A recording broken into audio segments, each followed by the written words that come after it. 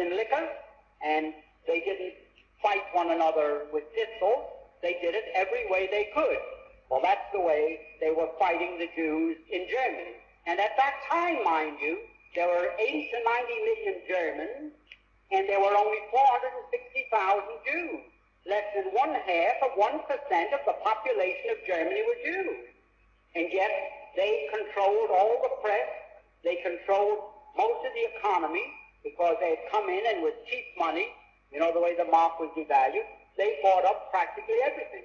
Well, in 1933, when Germany refused to surrender, mind you, to the World Conference of Jews in Amsterdam, they broke up, and Mr. Untermeyer came back to the United States, who was the head of the American delegation and the president of the whole conference, and he went from the steamer to ABC and made a radio broadcast throughout the United States in which he said, the Jews of the world now declare a holy war against Germany.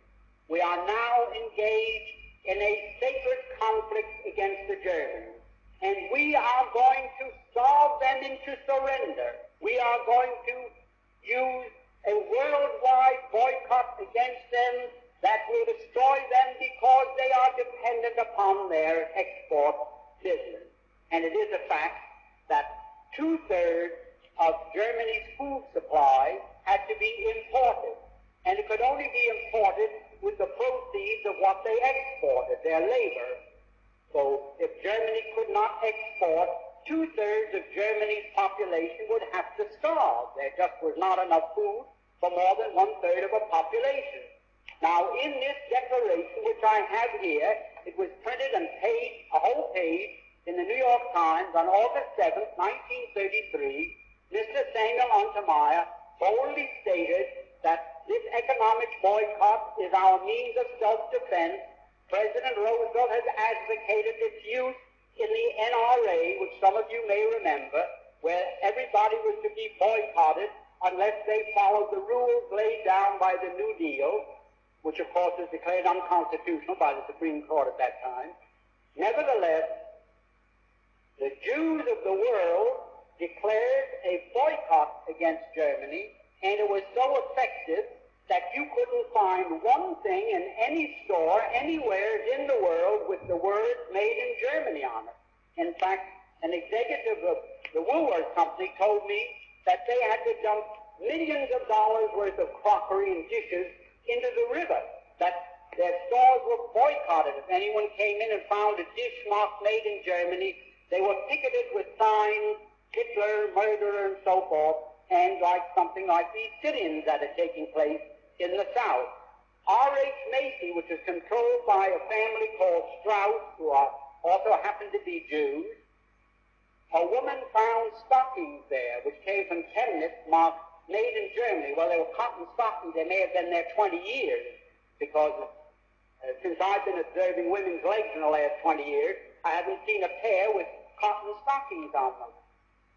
So Macy, I saw Macy boycotted with hundreds of people walking around with signs, murderers, Hitlerites, and so forth. Now, up to that time, not one hair of any Jew had been hurt in Germany. There was no suffering, there was no starvation, there was no murder, there was nothing. Now, that, naturally, the Germans said, why, who are these people to declare a boycott against us and throw all our people out of work and our industries come to a standstill? Who are they to do that to us? And they naturally resented it. Certainly they painted swastikas on stores owned by Jews. Why should a German go in and give their money to a storekeeper who is part of a boycott, who is going to starve Germany into surrender into the Jews of the world, who are going to dictate who their premier or chancellor was to be? Well, it was ridiculous. That continued for some time. And it wasn't until 1938 when a young Jew from Poland walked into the German embassy in Paris and shot one of the officials that the Germans really started to get rough with the Jews in Germany. And you found the men breaking windows and having street fights and so forth.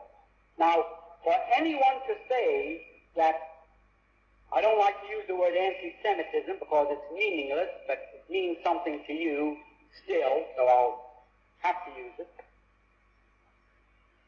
The only reason that there was any feeling in Germany against Jews was that they were responsible, number one, for World War I, number two, for this worldwide boycott, and number three, did I say for World War I, they were responsible for the boycott and also for World War II, because after this thing got out of hand, it was absolutely necessary for the Jews and Germany to lock horns in a war to see which one was going to survive.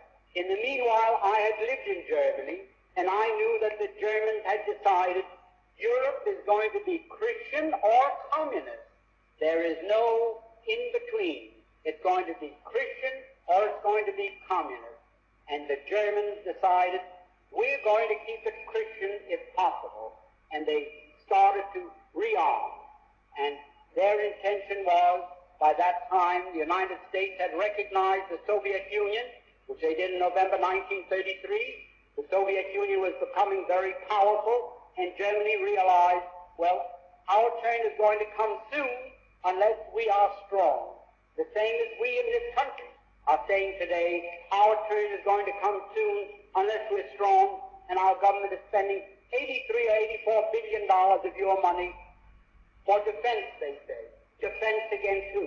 Defense against 40,000 little Jews in Moscow that took over Russia and then, in their devious ways, took over control of many other governments of the world. Now, for this country to now be on the verge of a third world war from which we cannot emerge a victor is something that staggers my imagination. I know that nuclear bombs are measured in terms of megathons. A megathon is a term used to describe 1 million tons of TNT. 1 million tons of TNT is a megathon. Now, our nuclear bombs had a capacity of 10 megathons, 10 million tons of TNT. That was when they were first developed, 5 or 6 years ago. Now, the nuclear bombs that are being developed have a capacity of 200 megathons. And God knows how many megathons the nuclear bombs that the Soviet Union has have a capacity. So, what do we face now? If we trigger a world war that may develop into a nuclear war, humanity is finished. Why will it take place? It will take place because Act 3, the curtain goes up on Act 3.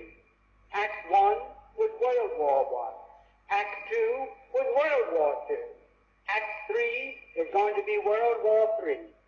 The Jews of the world, the Zionists, and their co-religionists everywhere are determined that they are going to again use the United States to help them permanently retain Palestine as their foothold for their world government. Now that is just as true as I'm standing here, because not alone have I read it, but many here have read it, and it's known all over the world. Now, what we're going to do.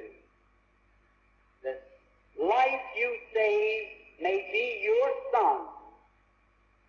Your boys may be on their way to that war tonight, and you don't know it any more than you knew that in 1916 in London, the Zionists made a deal with the British War Cabinet to send your sons to war in Europe. Did you know it at that time? Not a person in the United States knew it. You weren't permitted to know it. Who knew it? President Wilson knew it. Colonel House knew it. Others knew it. Did I know it? I had a pretty good idea of what was going on. I was liaison to Henry Morgenthau Sr. in the 1912 campaign when President Wilson was elected. and there was talk around the office there. I was confidential man to Henry Morgenthau Sr., who was chairman of the Finance Committee, and I was liaison between him and Rollo Wells, the treasurer. So I sat in these meetings with President Wilson at the head of the table and all the others, and I heard them drum into President Wilson's brain the graduated income tax and what has become the Federal Reserve, and also indoctrinate him with the Zionist movement. And Justice Brandeis and President Wilson were just as close as the two fingers on this hand. And President Woodrow Wilson was just as incompetent when it came to determining what was going on as a new